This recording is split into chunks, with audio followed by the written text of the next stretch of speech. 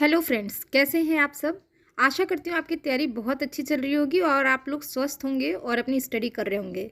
लेकिन मैं यहाँ स्वस्थ नहीं थी, मैं बहुत ज़्यादा बीमार थी पिछले 1 डेढ़ महीने से। फिर से मैं वाइंड अप कर रही हूँ, धीरे धीरे मैं रिकवर हो रही हूँ। मेरी पूरी कोशिश रहेगी कि आपको रेगुलर वीडियोस मिलते रहें, विद इन द टाइम ये सिलेबस कंप्लीट हो और आप एग्ज़ाम में अच्छा कर पाएँ।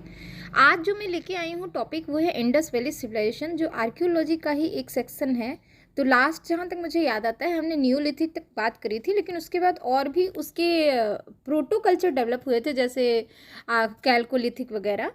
तो उसके बारे में भी मैं आपको लेके आऊँगी अपने हैंड रिटन नोट्स, और जहाँ से भी मुझे मिलता है बेस्ट नोट्स मैं लेके आऊँगी, जिसमें आपको बहुत कम टाइम में और सारा कुछ कंसाइज एक जगह पे मिल जाए। फिलहाल आज तो बात कर लेते हैं इंडस वैली सिविलाइजेशन। बहुत इंपॉर्टेंट है और बहुत जगह पूछते हैं, इवन यूपीएससी के जीएस में भी आप ये बहुत बड़ा सेक्शन इसमें मिलेगा। ये प्रीलिम्स में भी पूछता है, कई बार मेंस में भी एक क्वेश्चन आ जाता है फुल। और इसमें आपको आर्कियोलॉजी के थ्रू एक ही जगह पढ़ना पड़ेगा, और अब मैं पूरी कोशिश कर रही हूँ कि एक छोटी छोटी डिटेल भी इसमें कवर करूँ, ठीक है। मुझे नहीं लगता कि इससे बेहतर आपको कहीं नोट्स मिल सकता है, क्योंकि इसमें जो चीज़ें दी हैं वो लेटेस्ट हैं। दूसरी बात ये है कि ये मैंने बहुत खोज कर और बहुत जगह एक्सप्लोर करके फिर ये कई सालों की स्टडी के बाद मुझे ये परफेक्ट लगा, क्योंकि मैं खुद भी लिखती रहती हूँ आंसर और मैंने खुद भी एग्ज़ाम्स दिए हैं। तो मुझे लगता है ये बेस्ट है, इससे ज़्यादा नहीं आएगा। अगर इतने सारे पॉइंट्स अपने याद कर लिए तो ये मोर देन इनफ है, ठीक है। तो देखते हैं इसमें क्या है। इंडस वैली सिविलाइजेशन, या हम इसको कह सकते हैं proto historic culture of India, क्योंकि जब हिस्ट्री शुरू हुई उसके ठीक पहले ये कल्चर फ्लोरिश था, ठीक है। हिस्ट्री मतलब जब हमारे पास स्क्रिप्ट हैं, जब हमारी इतिहास की सारी रिकॉर्डिंग्स हैं, ठीक है, जब हमारे पास सारे लेख मिलते हैं, तो उसके पहले या प्री हिस्ट्री के बाद तो हम इसको कह देते हैं proto historic culture of India. तो इसमें जो फर्स्ट पॉइंट है वो है कि even as rest of India was going through stone age and advance civilization sprang upon its western frontier. Western frontier कौन सा? गुजरात, महाराष्ट्र, पाकिस्तान का एक थोड़ा सा एरिया, मतलब इंडियन सब कॉन्टिनेंट की बात की जाए तो आप देख पा रहे हैं कि जहाँ पर बाकी एरिया स्टोन एज से गुजर रहा था, वहीं पे कुछ जगह एडवांस होती जा रही थी सिविलाइजेशन के कंटेस्ट में, ठीक है, खासकर ऑन द वेस्टर्न फ्रंटियर, ठीक है। नेक्स्ट पॉइंट है this area was site of first settled agricultural villages. ये तो हम न्यूलिथिक में ही समझ गए थे कि जैसे ही न्यूलिथिक कल्चर आए वो सेटल्ड लाइफ शुरू हो गई थी, मतलब they know how to agriculture, और एग्रीकल्चर ही नहीं वो ये भी समझ गए थे उसको मैनेज कैसे करना है, ठीक है। तो ये सारा कुछ चीज़ें थी जो एक हमें इस निष्कर्ष पे ला रही थी कि सारा कुछ हमें सिविलाइज्ड बना रही हैं, एक पर्टिकुलर सेटल्ड लाइफ की तरफ ले जा रही हैं, settled culture, settlement pattern develop हो रहा है। इसके लिए और एग्जांपल की बात की जाए या और कैरेक्टरिस्टिक की बात की जाए तो उसमें आते हैं different type of painted potteries which provided the base for the evolution of civilization in the valley of Indus and its major tributaries, जो कि रिवर ऑफ पंजाब थी। अच्छा, एक चीज़ और है कि जैसे उगा तो लिया, लेकिन इसको रखेंगे, इसको मैनेज करेंगे, इसे कीड़ों से बचाएंगे, इसे आगे आने वाले दिनों के लिए बचाएंगे, इसके बीज बचाएंगे, ठीक है। तो ये सारा कुछ करने के लिए पॉटरी भी चाहिए थी, तो उन्हें बड़े बड़े पॉटरी भी बनाए। तो ये सारा कुछ बताता है कि एक कल्चर शुरू हो गया था, एक सेटल्ड लाइफ शुरू हो गई थी, मतलब अब वो बारबेरिक स्टेट में नहीं रह गए थे, ठीक है। इंडस वैली सिविलाइजेशन की टाइम पीरियड की बात करें तो आप यही लिखिएगा, और अगर कभी मल्टीपल चॉइस क्वेश्चन में पूछता है तो भी यही यहाँ जो इसमें लिखा हुआ यही पीरियड लिखिएगा। देखिए हुआ क्या था कि जो पहले सजेस्ट किया गया था वो था 3250 बीसी से लेके 2750 बीसी तक, लेकिन अभी जब पूरा लेटेस्ट जो डेटा है वो ये कहती है कि 2500 से 1500 बीसी तक था जो इसका पीक पीरियड था, और पीक अगर बात की जाए तो 2250 से लेके 1750 के बीच में इसका पीक पीरियड था, ठीक है। यानी अगर टोटल पीरियड है 2500 बीसी से लेके 1500 बीसी तक, और जो इसका पीक पीरियड था वो था 2250 से लेके 1750 बीसी तक, ठीक है। तो ये ध्यान रखिएगा, अगर एक्सटेंट अक्सर पूछ लेता है कि कब से कब तक इंडस वैली सिविलाइजेशन फ्लोरिश्ड थी, तो आप यही टाइम पीरियड लिखिएगा, ठीक है। अब एक्सटेंट देख लेते हैं कहाँ से कहाँ तक ये पूरा सिविलाइजेशन फैला हुआ था। इंडस वैली सिविलाइजेशन था वो बहुत ज़्यादा एक्सटेंसिव था, मतलब बहुत बड़े एरिया में था।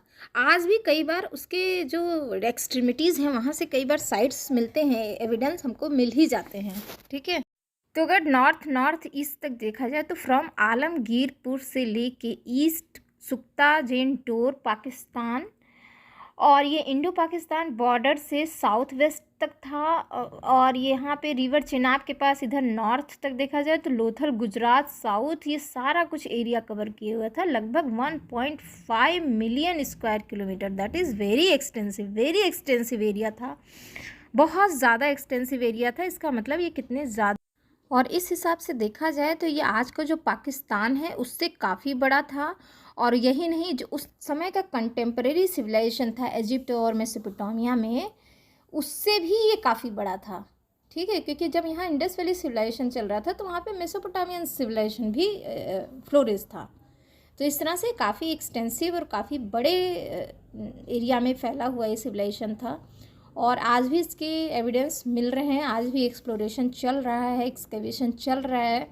अब देख लेते हैं इसका मेजर सिटीज़। तो लगभग over 250 sites of Indus Valley civilization have been excavated so far, of which 6 were major cities। इसमें वही कवर किए गए हैं जो आपको अक्सर एग्जाम्स में पूछते हैं, क्योंकि यहाँ आपको आर्कियोलॉजिस्ट नहीं बनना है, यहाँ आपको जाके वहाँ पे रिसर्च नहीं करना है, आपको एग्ज़ाम पर्पज़ की तैयारी करनी है। तो वही चीज़ें हम यहाँ पे कवर करेंगे जो आपके एग्ज़ाम्स के लिए बहुत इंपॉर्टेंट है, या जो पूछे जा सकते हैं या गए हैं, आज तक पूछे गए हैं या पूछे जा सकते हैं, दोनों ही चीज़ें पढ़नी है। तो देख लेते हैं मेजर सिटीज़ में जो फर्स्ट सिटी आता है वो हड़प्पा है, जो बहुत बचपन से आप सुने होंगे या बचपन से ही आपने जो है आपकी बुक्स में ये नाम रहा है, हड़प्पा मोहनजोदड़ो। तो जो पहला सिटी है वो है हड़प्पा, जो रिवर रावी के लेफ्ट बैंक में था। तो इसी तरह आप भी लिखिएगा, और इस तरह लिखने से आपको याद भी हो जाएगा। पहले 1-2 बार इसको देख लीजिए, सुन लीजिए, फिर अपने वर्ड्स में अपने नोटबुक में लिखिए, अपनी तरह से लिखिए। ठीक है, इससे आप जो है बिल्कुल एकदम अच्छे से उसको अलग से फिर पढ़ने की ज़रूरत नहीं पड़ेगी, आपको एक सारे पॉइंट्स एक ही जगह मिल जाएंगे। ठीक है, तो जो पहला था वो है हड़प्पा, वो रिवर रावी में था, रिवर रावी के पास था और लेफ़्ट बैंक पर था। लेफ़्ट बैंक मतलब आपका जो बायां किनारा होता है नदी का, उस तरफ था। और इस तरह से इसका जो आज की डेट में बात की जाए तो पाकिस्तान में आ चुका है। ठीक है, दूसरा इंपॉर्टेंट साइट की बात की जाए तो था मोहनजोदड़ो। ये रिवर इंडस के राइट बैंक में है, और ये लगभग 725 किलोमीटर हड़प्पा से था। तो आज की डेट में बात की जाए तो ये शहर भी पाकिस्तान में है, पाकिस्तान वाले एरिया में आ चुका है। कालीबंगन बहुत इंपॉर्टेंट साइट है, जो पहले एक नदी बहती थी सरस्वती नाम की, जो अब सूख चुकी है, उसके बैंक के या उसके किनारे पे ये फ्लोरिश हुआ था ये शहर। और इसका साइट जो आज की डेट में पड़ता है वो है राजस्थान के गंगानगर डिस्ट्रिक्ट में। तो अगर बात की जाए कालीबंगम कहाँ है, तो राजस्थान के गंगानगर डिस्ट्रिक्ट में है। राइट, नेक्स्ट है चानूदाड़ो, ये भी बहुत फ्लोरिश सिटी थी, और ये मोहनजोदड़ो से लगभग 125 किलोमीटर साउथ में था और इंडस रिवर के लेफ्ट बैंक में था। तो आप देख रहे हैं, एक राइट बैंक में मोहनजोदड़ो राइट बैंक में था और लेफ्ट में चानूदाड़ो सिटी थी। ठीक है, नेक्स्ट है कोटडिजी मोहनजोदड़ो के अपोजिट में था, on the left bank of Indus in Pakistan. ठीक है, नेक्स्ट इम्पॉर्टेंट साइट है वो है लोथल, जो साबरमती डेल्टा में के पास थी, और ये गल्फ ऑफ कैम्बे गुजरात में इसका प्रमाण मिला है और सारे एविडेंस मिले हैं। तो इस तरह इंडिया का बात की जाए तो इंडिया में लोथल हो गया, कालीबंगन हो गया, और भी बहुत सारे मिले हैं, लेकिन अभी यहाँ पे जितनी बात की गई है वो यही सारे हैं। तो हड़प्पा, मोहनजोदड़ो और कालीबंगन और कोटडिजी, ये सारे पाकिस्तान में जा चुके हैं। तो आप देख रहे हैं एक बहुत बड़ा एरिया इंडियन सब कॉन्टिनेंट का नॉर्थ वेस्ट फ्रंटियर में ही इसका कवर हो रहा है। ठीक है, अगर आप मैप को थोड़ा सा रिकॉल कर पा रहे हैं तो आप देख पा रहे होंगे।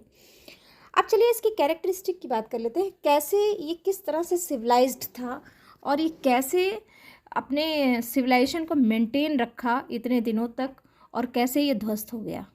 तो सबसे पहला पॉइंट है टाउन प्लानिंग, इसके शहर की किस तरह से प्लानिंग की गई है।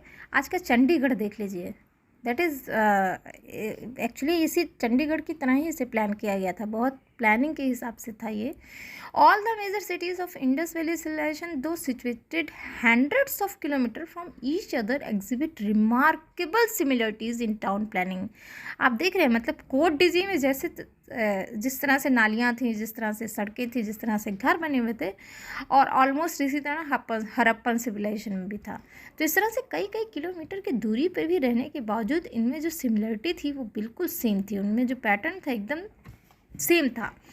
Each city had a well fortified Citadel था, एक सिटाडेल था जो कई उसको क्या कहते हैं आप मंजिलों का था, ठीक है। Which may have been used for both religious and governmental purpose, ठीक है। यहाँ से धार्मिक काम भी होते थे और सरकारी काम भी।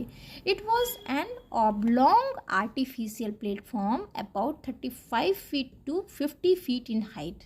तो आप देख रहे हैं कितना लंबाई चौड़ाई उसकी थी और ऊंचाई भी। 400 मीटर उसका लेंथ था, 200 मीटर उसका विड्थ था। तो एक ऐसी जगह थी जहाँ से सारा कंट्रोल किया जाता था, ठीक है। अब सिटाडेल के नीचे प्रॉपर टाउन था जो लगभग 2 से 3 स्क्वायर किलोमीटर के एरिया में फैला हुआ होता था। The town was laid out on a grid pattern. Grid आप समझ पा रहे हो, नहीं समझ पा रहे हो तो गूगल कर लीजिए। ये पैटर्न में क्या था, with about 10 metre wide road थे, houses set on both sides in a row, roads were straight and crossed each other at right angle, मतलब चौराहे भी थे। The grid plan is unique, किस तरह से, because it was not found in Egypt और Mesopotamia, ठीक है। और ये कहीं नहीं पाया गया पूरे वर्ल्ड में, सिर्फ इंडस वैली सिविलाइजेशन में ही ये तरीका था। The streets and buildings were provided with brick line drained, ठीक है। आप देख पा रहे हैं जो बिल्डिंग्स थे उनमें ईंटे की उससे बनाए गए थे। Which met sewer in the main street and ultimately was drain out of the town. तो इस बात को क्या पॉइंट कर रहा है कि भाई ड्रेनेज सिस्टम इनका बहुत ही स्मार्ट था, ठीक है। आप देख पा रहे हैं छोटी छोटी नालियाँ, एक बड़े नाली में आता था वो पूरा कचरा लेके, फिर वो शहर से बाहर निकल के किसी बड़े समंदर के पास, यानी ये गुजरात के पास था ना, अभी ग्रेजुअली आप देखेंगे, और वहाँ पे जाके गिर जाता था। नेक्स्ट पॉइंट है कि there were no stone building, stone से कोई बिल्डिंग बनाई ही नहीं गई थी, केवल burned brick was the only building material, ठीक है। ईंटें थे जो बड़े बड़े क्लेज में बने होते थे, फायर ब्रिक की तरह, उसी तरह यूज़ किए जाते थे जो आज भी हम घर बनाने में यूज करते हैं। It is remarkable that quality and size of the brick was same throughout the Indus valley civilization. इस बात क्या सजेस्ट कर रहा है, ये कह रहा था कि जो भी स्टैंडर्ड्स थे, जो भी पैमाने थे, वो एक सेंट्रल कंट्रोल में थे, ठीक है। The houses varied in size but the plan was the same. Rooms open into a central square yard, एक बीच में आंगन में खुलता था रूम सारे। Many houses were 2 stories, each house had a bathroom. A row of 2-roomed cottage of about 20 feet into 12 feet have also been discovered at both Mohenjodaro and Harappa. कहा जाता है कि शायद ये वर्किंग क्लास लोगों के लिए था, ठीक है। 2 रूम का कॉटेज था, ठीक है।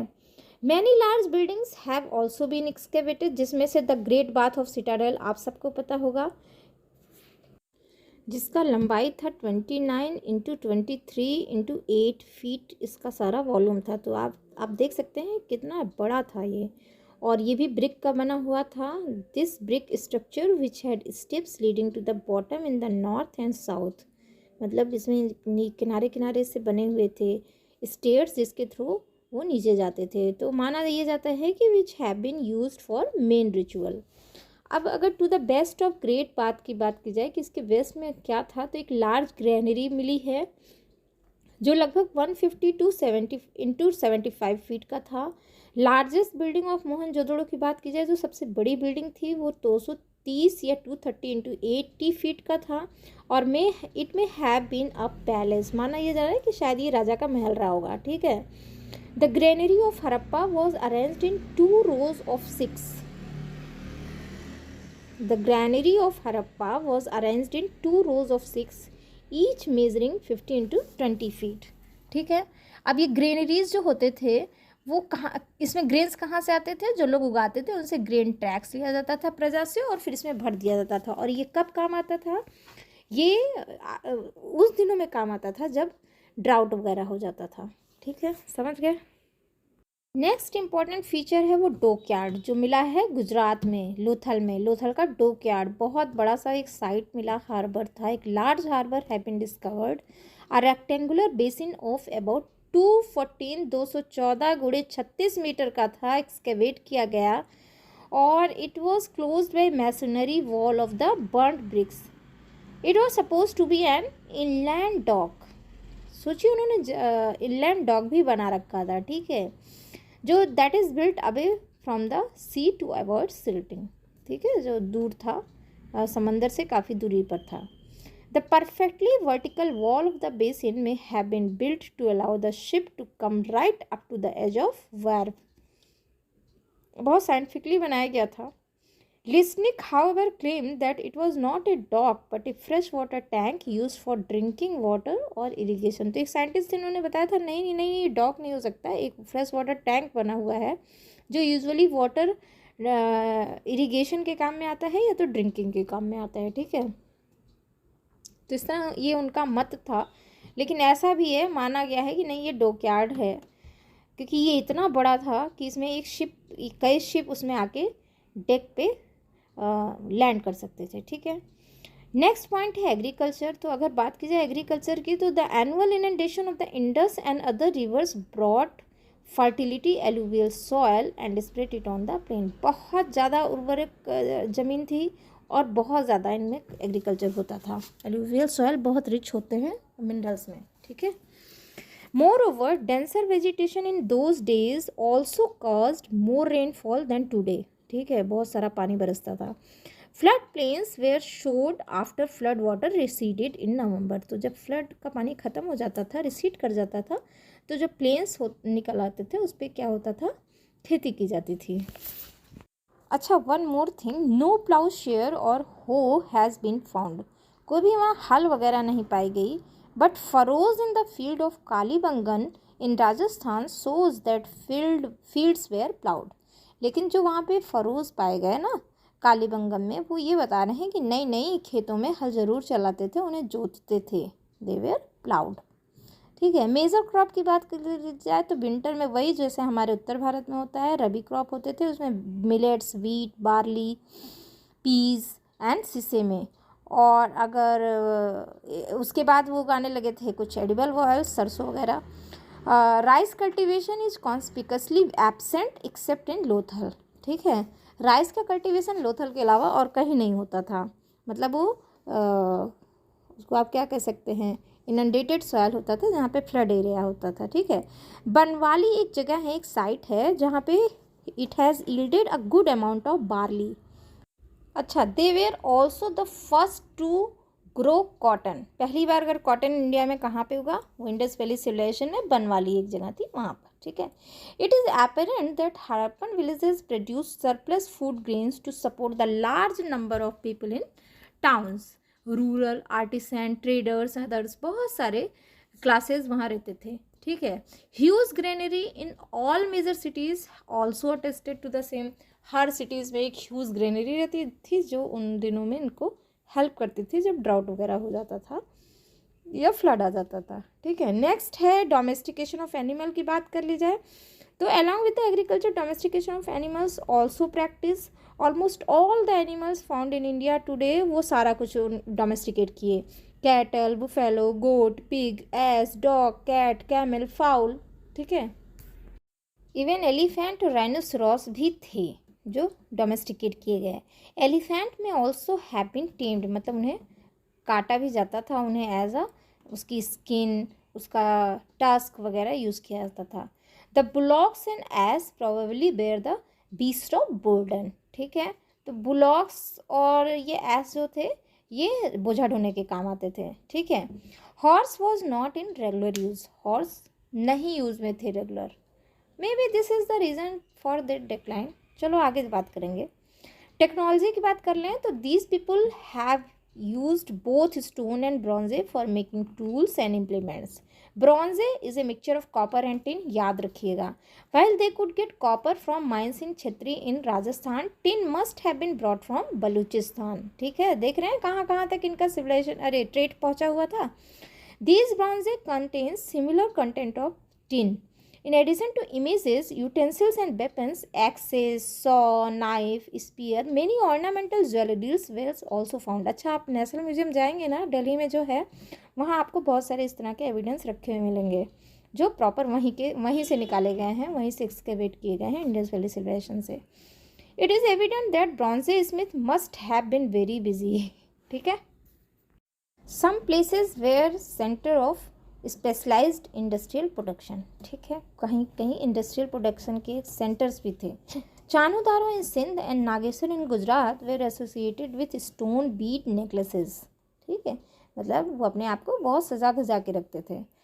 नगवारा विथ सी शेल आइटम्स, वहाँ पे सी शेल आइटम्स बहुत ज़्यादा इंडस्ट्री बेसिस पे था, काम किया जाता था। Ganeshwar in Rajasthan with copper bronze item. Pottery was uniformly distributed, pottery का कोई ऐसा नहीं था कि एक बहुत कंसनट्रेटेड या सेंट्रल जगह पे था, वो सभी जगह पाए ही गए। Harappans produce cotton and वोव clothes. ठीक है, वो कॉटन पैदा करते थे और क्लोथ भी बुनते थे। ठीक है, bricks manufacture was also important aspect of their technology.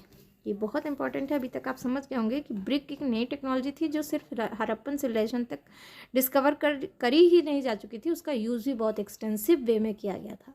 ठीक है, पॉलिटिकल ऑर्गेनाइजेशन की बात कर लेते हैं तो in the absence of readable records our knowledge of the political organisation remain a matter of conjecture. बहुत एकदम एग्जैक्ट एविडेंस नहीं मिला है, कहीं कुछ रिटर्न नहीं मिला है, बस एक कयास लगाया गया है कि that there was strong central authority is well attested by the standardisation of weight and measures. जो वेट और मेजर्स के लिए यूज़ किए जाते हैं, अद्धा पौना सवा अढ़ाई, ये सब चीज़ें समझ पा रहे हैं कि उन्हें स्टैंडर्ड्स तो दिए गए थे, that is very standardise manner. तो कहा यह जा सकता है कि कोई तो कुछ तो ऐसे थे जो रेगुलेट करते थे इन सब चीज़ों को। Similar town planning and size and shape of brick. तो इस तरह से एक सेंट्रल एजेंसी तो थी ही, कुछ सेंट्रल अथॉरिटी तो थी ही इन सब के पीछे। ठीक है, it has been suggested that there was a theocratic state like Egypt and Mesopotamia. ठीक है, तो वहाँ पे हो सकता है राजा प्रजा जैसा कॉन्सेप्ट रहा हो, but in the absence of temple और religious building of any type except perhaps the great bath, doubtful है, मिला ही नहीं अभी तक किसी तरह का रिलीजियस बिल्डिंग। ठीक है, और कोई टेम्पल भी नहीं मिला। तो इस तरह से हम कह सकते हैं कोई रिलीजियस अथॉरिटी नहीं थी, या थी भी तो कुछ इस तरह से थी कि बहुत ज़्यादा उनका कंट्रोल नहीं था, सिर्फ कुछ एक स्टैंडर्ड्स को छोड़ के। ठीक है, ट्रेड की बात कर लेते हैं तो Indus valley civilisation people had trade relation with Mesopotamians, बहुत दूर तक की ट्रेडिंग करे। They lacked metal as also currency of any type, यानी बार्टर सिस्टम ही था, मेटल भी नहीं, मेटल तो यूज़ ही नहीं करे उसके लिए, करेंसी भी नहीं थी। Most probably they indulge in barter trade, वही बात यहाँ पे कही गई है। Exchanging food grain for metal and other objects, बहुत बढ़िया खेती होती थी, तो वो इनके पास इतना ज़्यादा था कि they were used as for exchange of material. They had solid wheels and may have been use bullock carts for transport, ये आप म्यूजियम में भी देख सकते हैं। Dockyard at Lothal suggest sea trade also. ठीक है, क्राफ्ट की बात कर लें तो दो their architecture was drab and insipid with few decoration and no painting, they excelled in smaller thing जैसे ऑर्नामेंट, सीड्स, फिगरेंस, इमेजेस। इसमें बहुत ही माइन्यूट और बहुत अच्छे से काम किया गया था। यहाँ पे एक चीज़ और मैं आप लोगों को एडवाइस करूँगी कि जब भी आपके पास फ्री टाइम हो तो नेशनल म्यूज़ियम ज़रूर देख कर आइए। ठीक है, एक चीज़ मिली थी, most abundant remains were that of seal. Seal तो बहुत सारे मिले, सील में एनग्रेविंग्स भी की गई थी, पर्टिकुलरली ऑफ एनिमल्स, जो बहुत ही रियलिस्टिक हो देखने में लगते थे। फिगरेंस की बात की जाए तो human torso on terracotta, a male bust on steatite and a bronze statue of dancing girl, ये रखा हुआ है वहाँ पे म्यूजियम में। ये बहुत ज़्यादा इंपॉर्टेंट है, इससे बहुत कुछ निकल के आ रहा है। Girls figure is boys and is naked except in necklace and a series of bangles covering her left arm with her right hand over her hip। आप वहाँ जाए देखेंगे एकदम डिट्टो वही चीज़ रखी ही है। Her posture is pervert and provocative, मतलब थोड़ा सा है वो न्यूट सा है। द जो सारा कुछ समझ में आ रहा है कि statue was a bearded man, एक पाया गया जो प्रीस्ट का हो सकता है। They also made very naturalistic model of animals, tiny monkey and squirrels. मिट्टी के खिलौने भी पाए गए, बहुत ही रियलिस्टिक वे में उसमें इंग्रेविंग्स भी हुई थी। It were also particularly skilled in carpentry, में बहुत ज़्यादा स्किल्ड थे, मतलब वो बैलगाड़ी वगैरह व्हील्स बहुत अच्छे से बनाते थे। रिलीजन देख लेते हैं तो the presence of numerous terracotta figuring of women with elaborate headdress, upper part covered only by many necklaces and the lower part with small skirts have been found। तो मतलब माना जा सकता है कुछ उनके यहाँ मैटरनल चीज़ों का बहुत इंपॉर्टेंट था। It is believe that it represent mother goddess, ठीक है, specially as one of them shows a plant growing out of embryo. आप जाएंगे डिट्टो यही चीज़ रखी हुई है, उस चीज़ को यहीं पे लिखा गया है, समझ कर में आ रही बात। एक सील मिली, that seal depicts a male figure sitting in a yoga posture wearing nothing but bangles and necklaces and buffalo horns growing out of his head. He is surrounded by a buffalo, a tiger, elephant, rhinoceros with two deer sitting near his feet.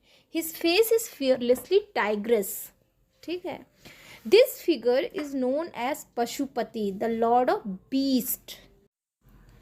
शायद ये Hindu God जो शिवा होते हैं उसी का prototype रहा होगा, ये बाद में माना गया। In many seals bulls have been depicted in context which must be religious, ठीक है, तो बुल्स थोड़ा सा रिलीजियस पर्पज से यूज़ किया जाता था। People tree was also an object of reverence, people tree की पूजा करते थे। These depictions point two A fertility cult with worship of plant and animals and nature. The absence of temples and temple idols inhibit further inferences। बहुत मुश्किल है, अगर temple का कुछ भी एविडेंस नहीं है तो ठीक तरह से हम नहीं कह सकते। स्क्रिप्ट देख लेते हैं तो for over 250 pictograph characters have been found in seals. आप जाएंगे आप देखेंगे वहाँ पे बहुत सारे सील्स रखे हुए हैं जिसपे बहुत सारी चीज़ें उकेरी हुई हैं, लिखी हुई हैं। These indicated they knew the art of writing, but despite several efforts, script is yet to be deciphered। अभी भी इसे decode नहीं किया जा सका है। The script has not relation with those of Egypt or Mesopotamia। It is also clear that they did not write long inscriptions, but was limited to a few words engraved on seals, pottery, terracotta पे कुछ engrave कर देते थे ये। अब एक archaeologist थे Fairservis and Parpola. They thought that this script is proto Dravidian, while Rao जो थे उन्होंने सोचा कि it is related to Sanskrit and other Indo Aryan languages. फिर से अभी जो रिसेंटली जब कंप्यूटर डिस्कवर होने के बाद फिर उसे डेसिफर या पढ़ने की कोशिश की गई तो ये पाया गया कि it is not connected to any known script, और ये बात कही थी जोशी एंड परपोला ने, ठीक है। यहाँ तक बात समझ में आ गई। तो ये तो सारा रहा कैरेक्टरिस्टिक। अब डिक्लाइन की बात करेंगे नेक्स्ट वीडियो।